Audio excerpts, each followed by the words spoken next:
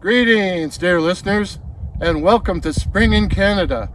We're out here tonight to welcome the arrival of the pink moon, the pink full moon of April the 5th, 2023, and it's also my opportunity to apologize. You may remember that I said I was going to make a video about a man who had been accused of being both a werewolf and a ghoul, and I was going to use the footage we shot for March's worm moon to make that video. And did that video get made? No, it did not. And I'm not going to offer any excuses, but my excuse is the harder I work, the behinder I get. But I really do intend to make that video, probably using footage of tonight's April 5th pink moon as well as the worm moon. But for right now, I'm going to ask the lovely and talented camera crew to give us a panorama shot of tonight's full pink moon of April 5th here in springtime Canada. It doesn't look very pink, but then this doesn't look very much like spring. So stay tuned, and until midnight, cheers.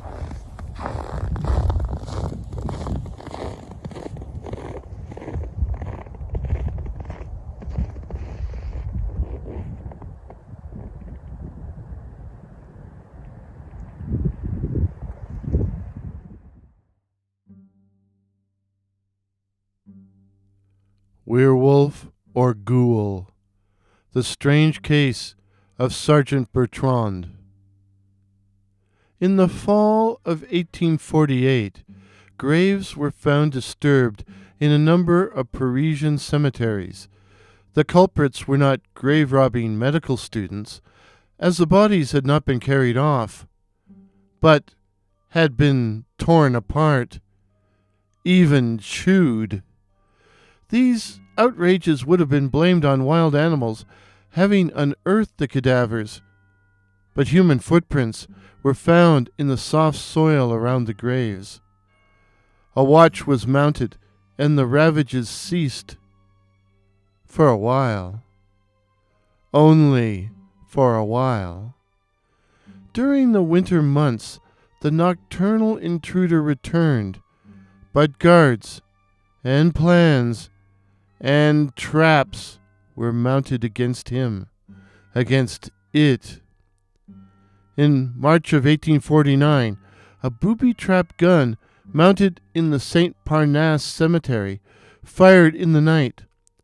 A dark figure wearing a military mantle or cloak was seen to scale the cemetery wall, a figure which left a trail of blood, as well as fragments of his cloak, indicating that he had been shot. The authorities combed the local military barracks and quickly learned of an injured junior officer from the 1st Infantry Regiment. Elliott O'Donnell says the 74th Regiment. An injured junior officer named Bertrand. Bertrand would be tried by court-martial, where he would tell a strange story. According to Sabine Baring-Gould, author of the Book of Werewolves, he was an educated man who had entered the army when he was 20 years of age. Sabine Baring-Gould describes him as, quote, a young man of retiring habits, frank and cheerful to his comrades, so as to be greatly beloved by them, of feminine delicacy and refinement, and subject to fits of depression and melancholy. End of quote. In February 1847, Bertrand had gone for a walk in the country with a friend when they passed a churchyard where a sexton was digging a grave for a woman who had recently died. A rain shower had caused the sexton to pause in his work, leaving his tools, a pick and spade, by the side of the grave. Bertrand made an excuse to leave his friend, then returned to the grave in order to dig it up. From the account of Sabine Baring-Gould, Bertrand confessed the following. Quote, soon I dragged the corpse out of the earth, and I began to hack it with a spade, without well knowing what I was about. A laborer saw me, and I laid myself flat on the ground till he was out of sight, and then I cast the body back into the grave. I then went away, bathed in a cold sweat, to a little grave, where I reposed for several hours, notwithstanding the cold rain, which fell, in a condition of complete exhaustion. End of quote. Bertrand returned to the cemetery 2 days later and dug up the grave by hand, and when he had exhumed the dead body, he tore it to pieces with his bleeding fingers before throwing the parts back into the grave. 4 months later, after this event, Bertrand's regiment was sent to Paris. But one day, walking the gloomy alleys of the Pere Lachaise cemetery, he was once again overcome by his previous compulsion. The strange desires, quote, came over him like a flood, end of quote.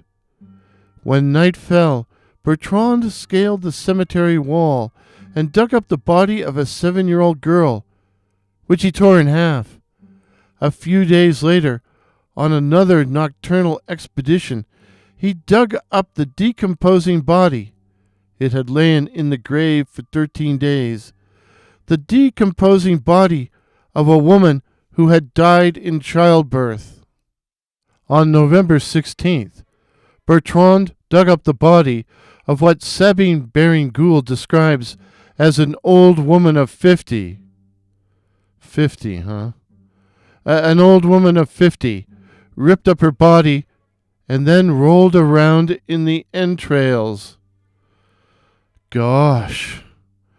Bertrand would continue these midnight outrages throughout the winter months until he was shot on March the 15th. Beware the Ides of March. At trial, Bertrand claimed to be cured of his strange obsession from having watched his fellow patients die while he was hospitalized for his gunshot wound.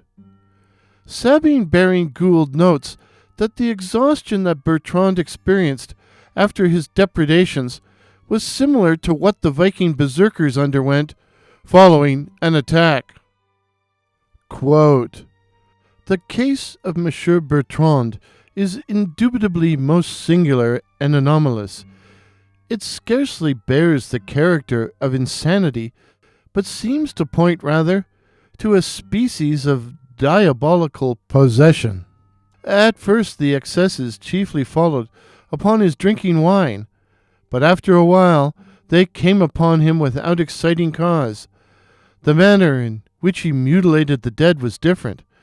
Some he chopped with the spade, others he tore and ripped with his teeth and nails. Sometimes he tore the mouth open and rent the face back to the ears. He opened the stomachs and pulled off the limbs. Although he dug up the bodies of several men, he felt no inclination to mutilate them, whereas he delighted in rending female corpses. He was sentenced to a year's imprisonment." End of quote. In his book, Werewolves, Elliott O'Donnell notes that, under interrogation, Bertrand said that when he was growing up, he preferred the company of animals to that of people, and liked to haunt lonely places, swamps, woods, and moors. O'Donnell concludes, quote, "There can, I think, be little doubt from what he himself said that he was in reality a werewolf.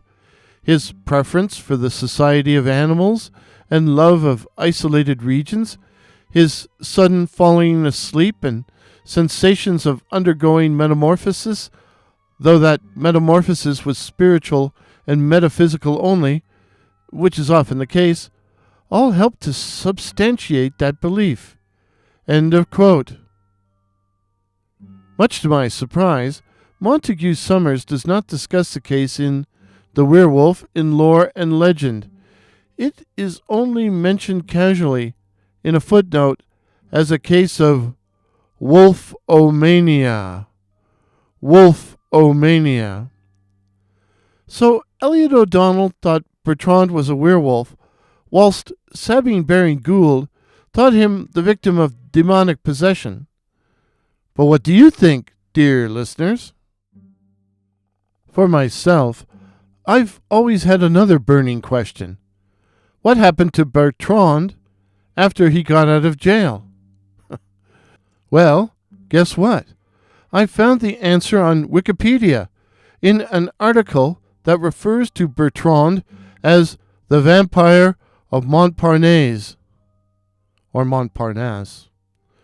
According to the article, after prison, Bertrand moved to Le Havre and worked as a clerk, mailman, and lighthouse keeper, dying in 1878, age 54.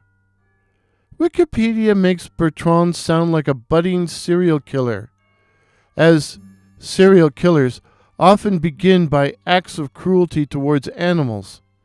Here is a partial quote from the article. Quote, Bertrand began dissecting dead cats and dogs early in life. He stated that his necrophilic impulses began in 1846 and were accompanied by headaches and heart palpitations. End of quote.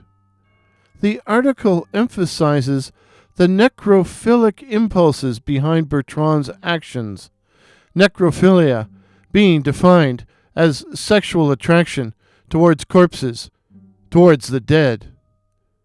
So, dear listeners, what do you think? I put links to all my sources in the description. Was Bertrand a werewolf, a vampire, or a ghoul? Was he a budding sexual serial killer, a victim of necrophilia, or of demonic possession?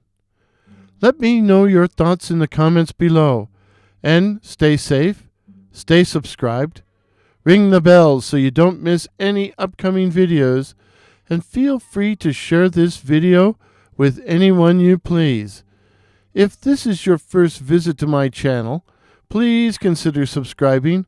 My name is Warren, and I write and tell original ghost stories and original horror stories featuring such cryptids as the Night Floaters, Werewolves, and the Black-Eyed Children. So again, please consider subscribing. Please help me to reach my goal of 2,500 subs. Till midnight. Cheers.